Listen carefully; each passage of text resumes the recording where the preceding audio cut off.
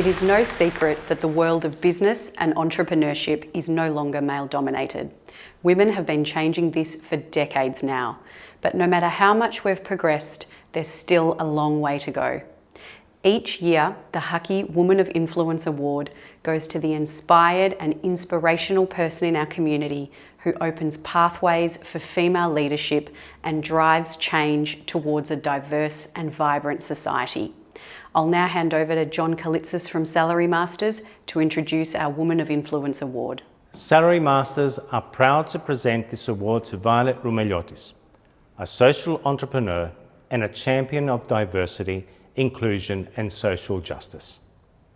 As the CEO of Settlement Services International, a not-for-profit that supports migrants to achieve their full potential, she has created tangible results to strengthen Australia's status as a world-leading multicultural nation. Under her leadership, SSI grew from a state-based body to a national organisation and has seen revenue increase from 9 million to 115 million, setting an example of how social entrepreneurship can be the driving force for a better tomorrow. Violet Roumeliotis, συγχαρητήρια. My parents' story as immigrants from post-World War II Greece has directly affected and strongly influenced my life story. My journey as a little girl working in the family business on weekends and after school, to today, the CEO of a successful not-for-profit in the top 1% of social businesses. Greek entrepreneurs and in fact migrants who have arrived on these shores have contributed greatly, are indeed the backbone of the success of Australia as a multicultural, social cohesive and vibrant society.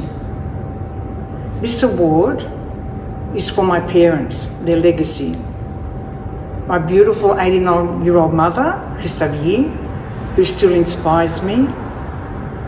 My father, Yanni, my role model, who lives in my heart for the past 30 years since we lost him, and whose stories and passion, his love for Greece and Greek culture, his wisdom, his resilience and optimism are with me every day. I am very proud of being Greek Australian and everything that it offers me as a citizen of this beautiful country. This award is also for all those migrants who arrived on our shores with hope, open hearts, aspiration and dreams. Thank you very much, HACCI, for this wonderful honour. Science tells us that we are pre-programmed to seek meaning and purpose. And I, as an older woman now, reflect back to when I was young. And my advice is this: back yourself. Listen to your heart, your head and your gut.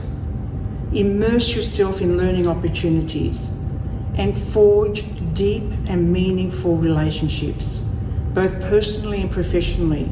They will nurture you tenfold and they will walk with you on your life's journey. This pandemic has really underscored for us that as a society we focus very much on economic levers, and we forget that we actually do live in a society, not an economy. And as leaders in business, we think, how can I be successful as a business person? How can my business be successful? But we should also be asking, how can I live a good life and help others to do that? For Settlement Services International, SSI, I'm very proud of the fact that we've been able to grow 2,000% in the last 5 years under my stewardship.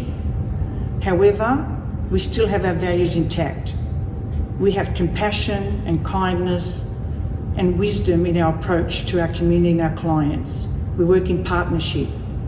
The challenge, of course, is a competitive environment, but you can be successful and still lead with compassion and wisdom. And I'm very proud of that. I see myself as a social entrepreneur. because I believe that everything that you run, in a way, runs as a business. And perhaps the limitation we put ourselves in the community sector is that corporates don't have ethics or are not great collaborators.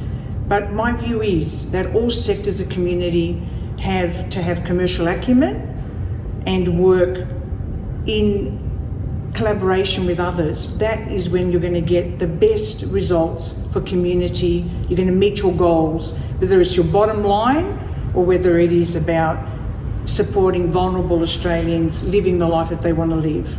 I believe that as a Greek Australian, I identify very much with the values of many who have arrived on this shore hoping for a better world and a better life. And I also acknowledge that as a country we still have yet to reconcile with our First Nations people. There's a lot that we have to do. However, it is also important to reflect on what we achieve and what we can be proud of.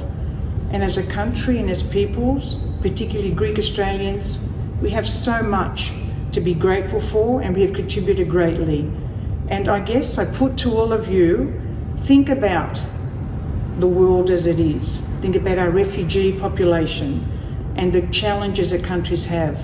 Always have an open heart and try and say, what can I do today to help somebody else?